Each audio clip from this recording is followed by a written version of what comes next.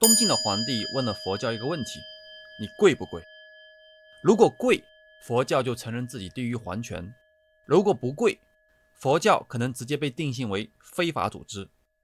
同時，儒家也說了，你剃髮出家，怎能如此不孝？佛教要想讓中國活下來，必須同時回答這兩個問題。淨土宗的真相已經講完了，現在我們把時間拉回東晉，把這場1600年前的政教分離大戲完整演給你看。自從佛教進入中國，有一個問題一定要面对：僧人到底該不該跪拜皇帝？這個問題遲早要來，而且一來就是個死結。這背後是兩種最高權威的碰撞：皇權和教權。是的，代表世俗權力的皇權和代表精神世界的教權。當時的大臣宇彬就旗幟鮮明地提出，僧人必須跪拜皇帝。從他的角度來看，這邏輯很順暢啊。普天之下，莫非王土。你們這些和尚也是國家的子民，吃着國家的，用着國家的，憑什麼見了皇帝不拜？這不是要造反嗎？沒錯。這在儒家看來是動搖國本的大事。完全正確。宇彬的理由就是最經典的儒家邏輯。他說，君臣父子這套禮法是社會的基石，是百代所不廢的規矩。你們僧人剃頭易服，本來就已經絞刑還違常務了，要是再不拜君王，那這個社會秩序的金字塔不就塌了一個角嗎？這在維穩壓倒一切的統治者看來是絕對不能容忍的。感覺這是個無解的題。佛教要是讓步，就等於承認自己的教法在世俗王權之下，那出世就成了空話。要是不讓步，那可能就會被當成非法組織給取締了。就在這個時候，另一位重臣何沖站了出來，他的反駁堪稱教科書級別的危機公關。他沒有去硬碰硬地討論誰更大這個哲學問題，而是換個角度去談佛教的社會功能。他怎麼說？何沖的論點非常巧妙。他說：“陛下，你看，佛教徒要守5戒。不殺生，不偷盜，不邪淫，不妄語，不飲酒。5戒。這5條哪一條不是在幫朝廷教化百姓，降低犯罪率？這叫實助王化。我們是在免費幫你維護社會穩定啊！這招厲害啊！把一個潛在的規則破壞者，直接說成了維護穩定的邊外警察。不僅如此，何沖還說，你看那些僧人，每次燒香拜佛，第一件事就是祈求國泰民安，皇帝聖壽無疆。他們這種忠心是發自內心的信仰，比那些表面上磕頭心裡不知道想什麼的官員要真誠多了。這種奉上崇順之心，對你的統治難道不是更有利嗎？哇，這份話簡直是說到了皇帝的心坎裡。他把一個挑戰王權的行為，重新包裝成了鞏固王權的最佳方式。對，他根本沒回答該不該拜，而是直接論證了不拜的好處更多。這場辯論的結果雖然暫時擱置了，但這種思想等於為佛教在中國的發展鋪平了政治上的道路。是的，但光靠僧人自己努力和在政治上找到靠山，還只能算是外援。真正讓佛教融入中國文化血脈的，還得靠那些士大夫自己人，也就是那些本身就是儒學大師的在家信徒。对，孫綽就是這樣一個關鍵人物。對，他那個口號真是振聾發聵，我看到的時候都驚了。沒錯，就是周孔即佛，佛即周孔。孫綽在他的《喻道論》裡直接說，周公、孔子和佛陀本質上是一回事兒。這也太敢說了吧！這兩種思想看起來南轅北轍啊，一個是積極入世，要治國平天下；一個是消極出世，說一切皆空。他怎麼能把這倆畫上等號？這就是他論述的天才之處。孫綽解釋說，你們別搞錯了，他倆不是競爭關係，而是分工不同。分工不同。儒家也就是周孔之教，管的是社會層面的事兒，是救急避，解決的是現實問題。而佛教呢，探究的是生命和心靈的根本，是名氣本。一個治標，一個治本。對，兩者是共為首尾，目標完全一致。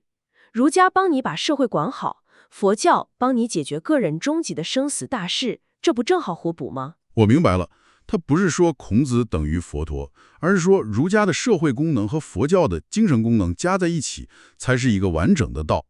這麼一說，儒家學者就沒法反對了，因為你反對佛教，就等於說你只滿足於治標，不想治本了。正是如此，這個論述直接消解了儒佛之間的根本對立，把佛教從一個外來思想變成了中華文明本土智慧的必要補充和最終歸宿。好了，就算這個宏大的哲學問題解決了，但還有一個最現實、最讓老百姓無法接受的坎兒，就是孝道。對，孝道，這可以說是儒家文化絕對的底線。身體髮膚，受之父母，剃頭出家，拋棄家庭，在當事人看來，這就是最大的不孝。這聽起來像個死結，孫綽怎麼可能把這個也給圓回來？這裡就更有趣了。孫綽沒有否認孝的重要性，反而把它推到了一個更高的層次。怎麼說？他問：什麼是孝的最高境界？儒家經典也說了，叫立生行道，永光覺清。意思是通過成就一番偉大的事業，來讓父母和家族感到榮耀。這個我知道，光宗耀祖嘛。對。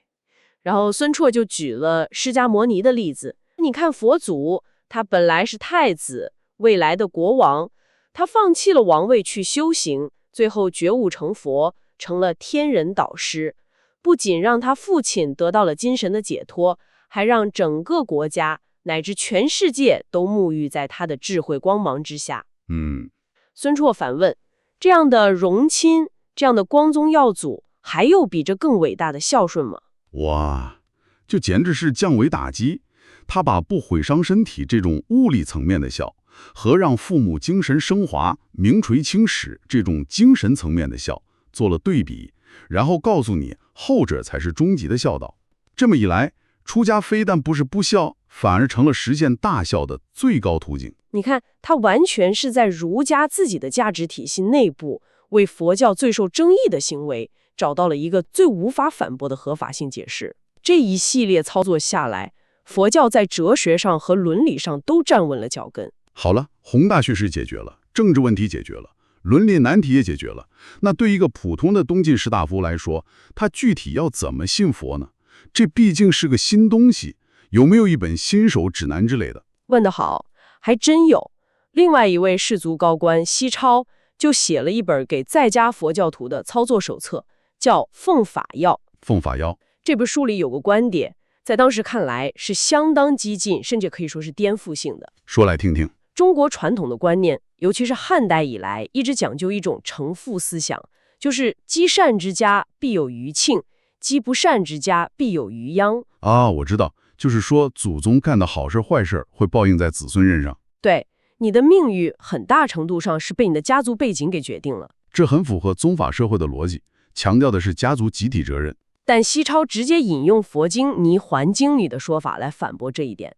他說，經裡講得很清楚，父作不善，子不待受，善自禍福，惡自受殃。哦，父親作惡，兒子不承擔後果。對，你自己行善，就自己得福報。這可是個巨大的思想炸彈啊！這等於是在告訴當時的每一個人，你的人生、你的命運完全由你自己的行為決定，跟你的祖宗、你的家族沒關係。對。這可不就是把責任從集體一下子拉回到了個人身上嗎？這在當時絕對是一種個體意識的覺醒，非常大的喚醒。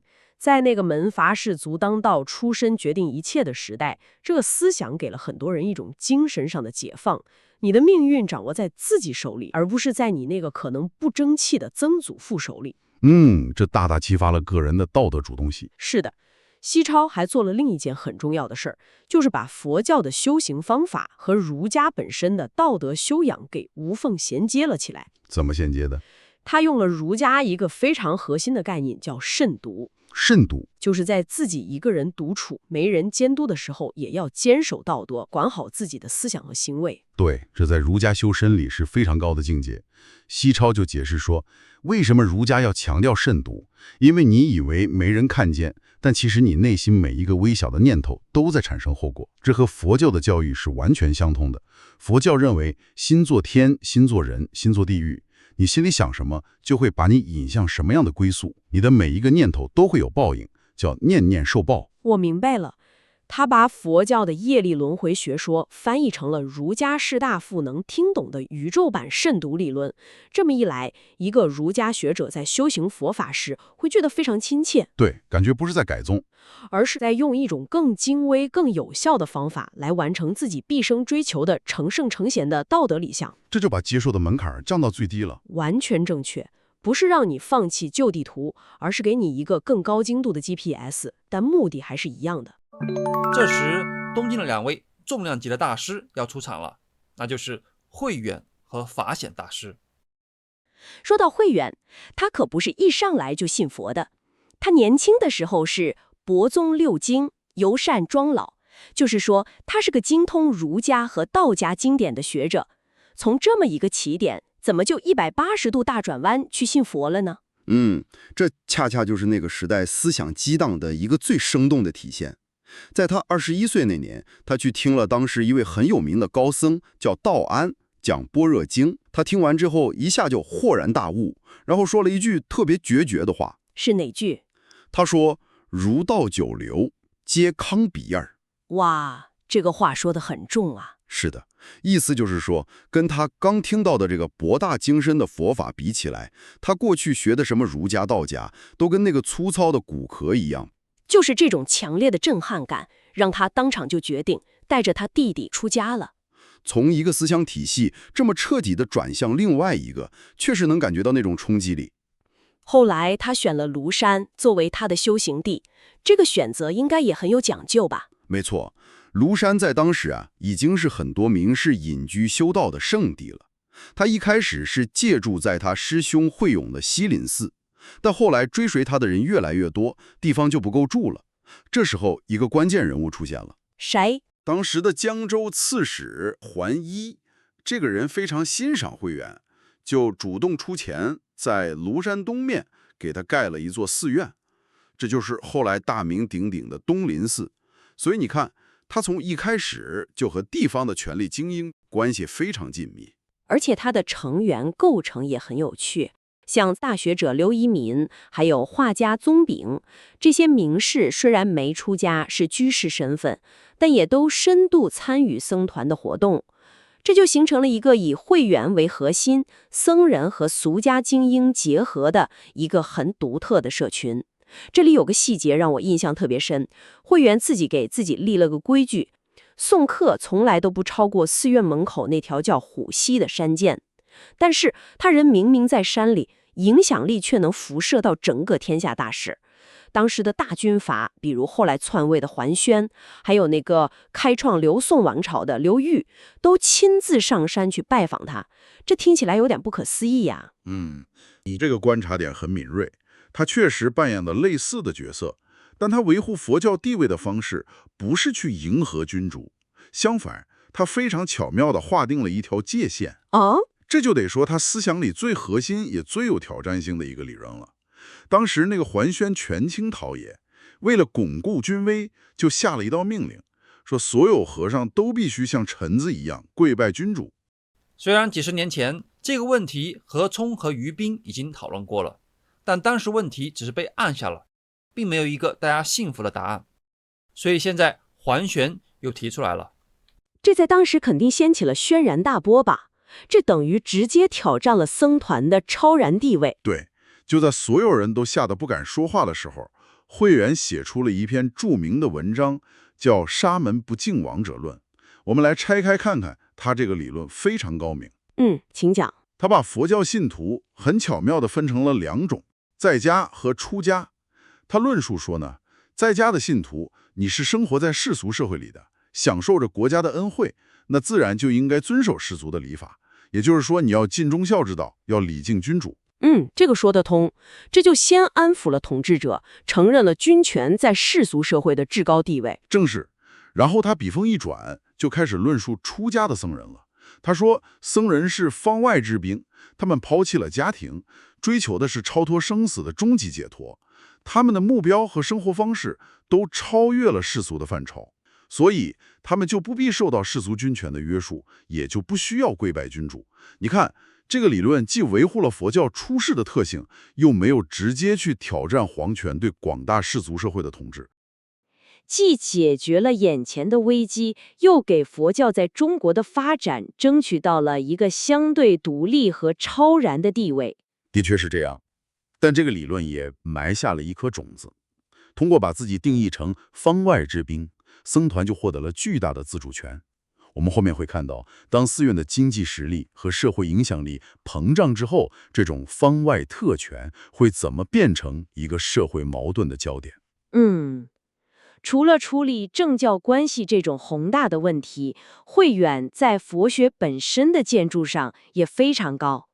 他雖然人在廬山，卻跟遠在千里之外，當時最偉大的佛經翻譯家鳩摩羅什長期通信。是的，那些信件後來被整理成了《大乘大義章》，是研究當時佛學思想非常重要的文獻。